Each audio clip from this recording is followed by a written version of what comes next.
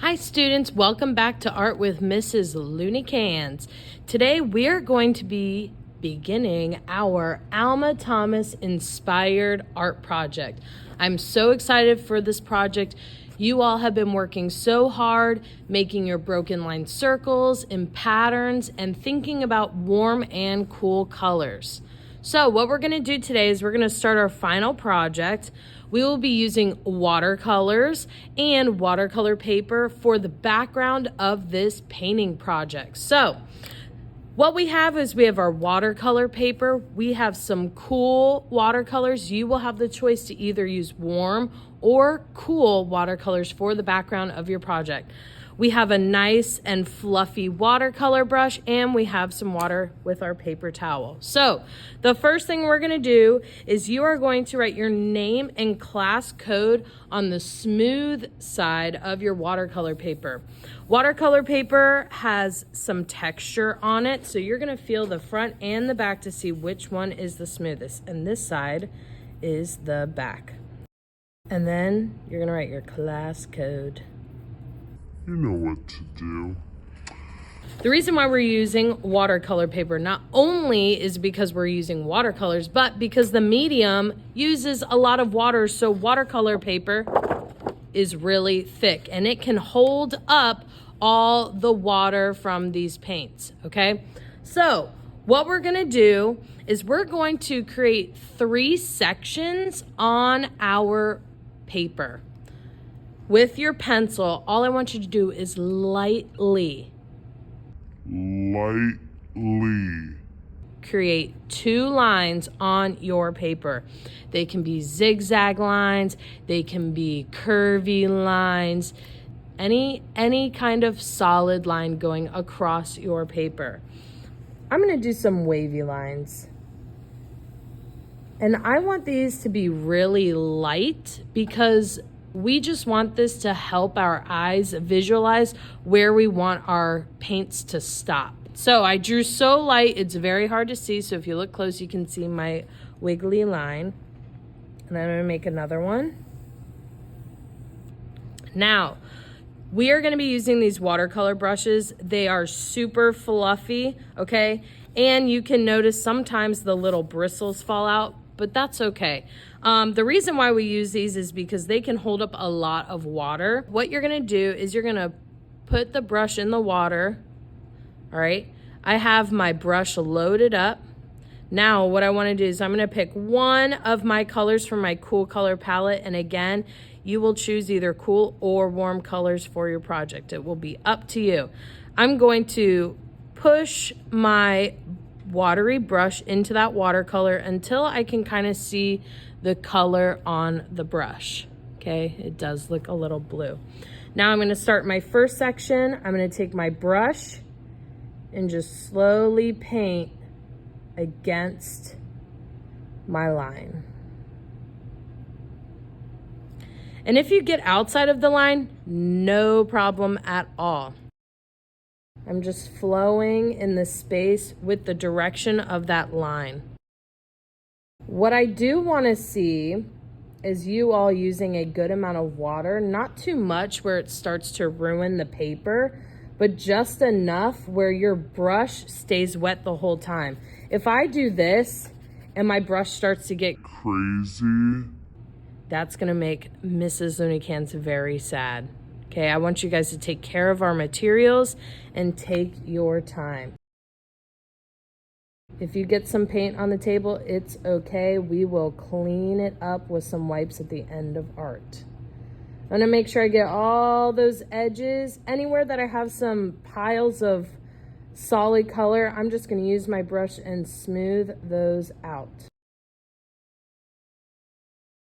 Now I'm gonna clean off my brush. Make sure there's no more blue. I'm gonna move on to my next color. Again, loading up my brush with a good amount of water and then pushing it into that watercolor paint.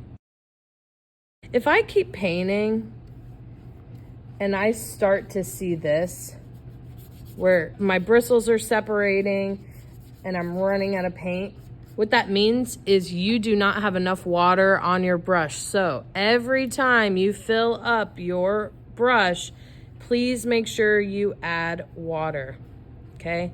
And I'm gonna blend these back in together.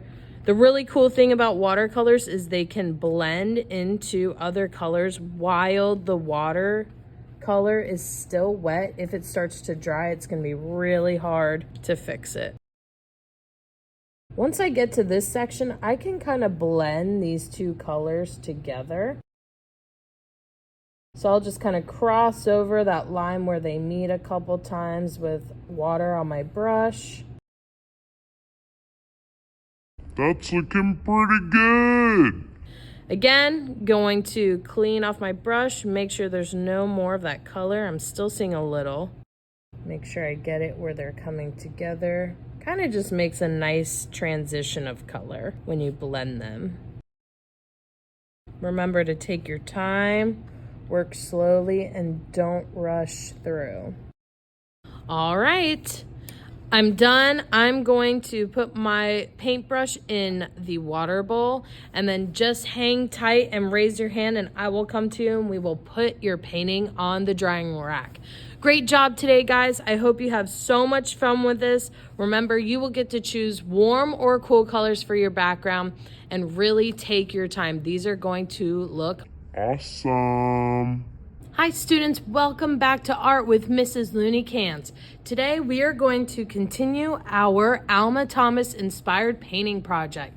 Last time in art, we talked about warm and cool colors and you all got the opportunity to choose warm or cool watercolors for the background of your painting. And what we're gonna be doing today is we're gonna start applying paints of the opposite colors onto your background using those broken line circles that we have been spending so much time practicing, okay?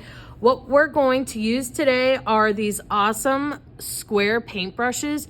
These are gonna give us a really great rectangle shape for those broken line circles, just like Alma Thomas. And you are going to be using tempera paints today. We also have our water and our paper towel.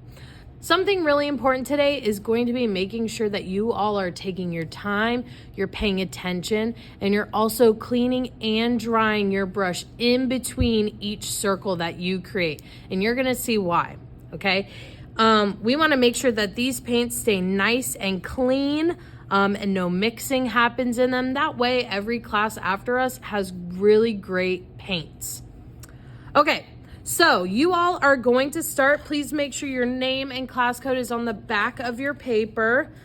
You can decide which way you want to start your painting. I might just put mine like this. Any of those little hairs from the paintbrushes from last time, you can just go ahead and put your finger over them and they should come right off. They might leave a little mark. But it's okay. I did cool colors for my background, so today I'm going to be using warm colors for my circle. If you put warm colors on your background, then you will be using cool colors to paint your circle today.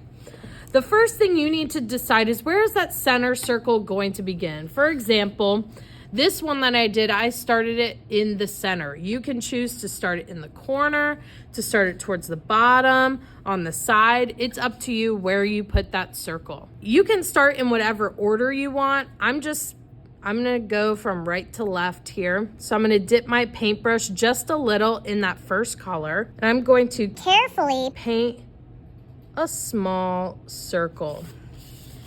I can turn my paper to make it a little easier to make that round shape. And then I'm going to wash and dry my brush. Now that I have my center circle painted, I'm gonna go ahead into my next color, this red. All I want you to do is make a short line, leave that space, and we're gonna go around and around. Get a little more paint, and around and around. Okay, I'm making sure that I'm using that edge of the brush. I'm pushing it down and then I'm pulling it through. We want to make sure that these look like teeny tiny rectangles. Okay, again, I'm going to clean and dry my brush in between. We don't want our colors mixing.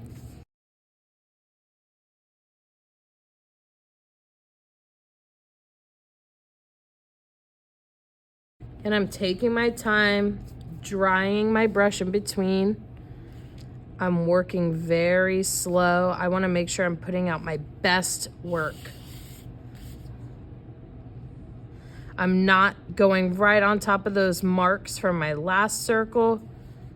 I'm just paying attention to how much bigger this circle is going to be, because we don't want that circle looking like a sun or the star or the flower when it has too many gaps. We'll finish this in 2 classes. I really want you guys to Slow down. look at your art.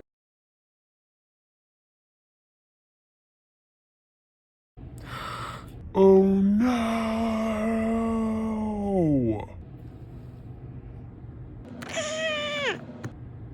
That's okay. I'm just gonna ignore it. I'll probably paint over it anyway.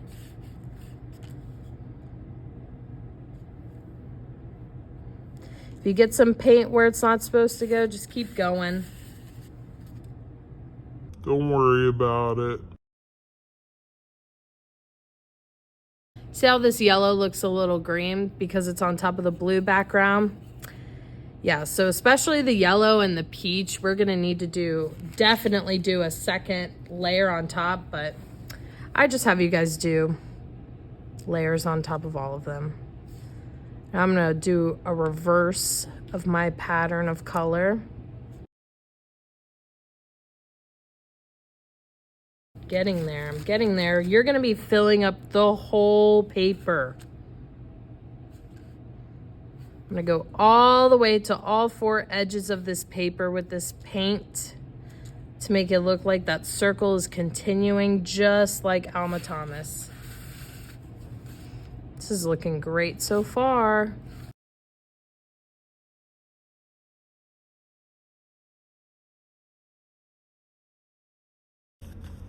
Almost done. This is looking great. If I look at my art towards the top, I've already hit as much space as I can go. In the bottom, I have a little more space. So that tells me that my circle wasn't directly in the center, which is okay. So I'm just gonna keep going. Again, because I already have hit this spot here, we're just gonna start right where the paper starts.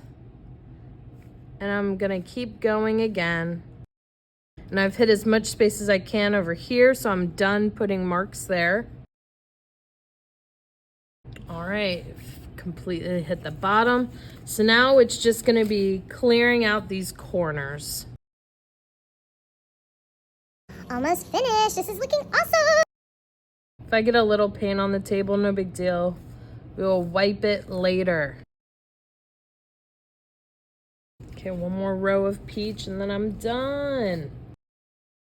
All right, you guys, there's the finished piece. What we're gonna do is we're gonna let this dry after our class, and then next time we'll come back and we'll just take a look and see what colors might need a second coat.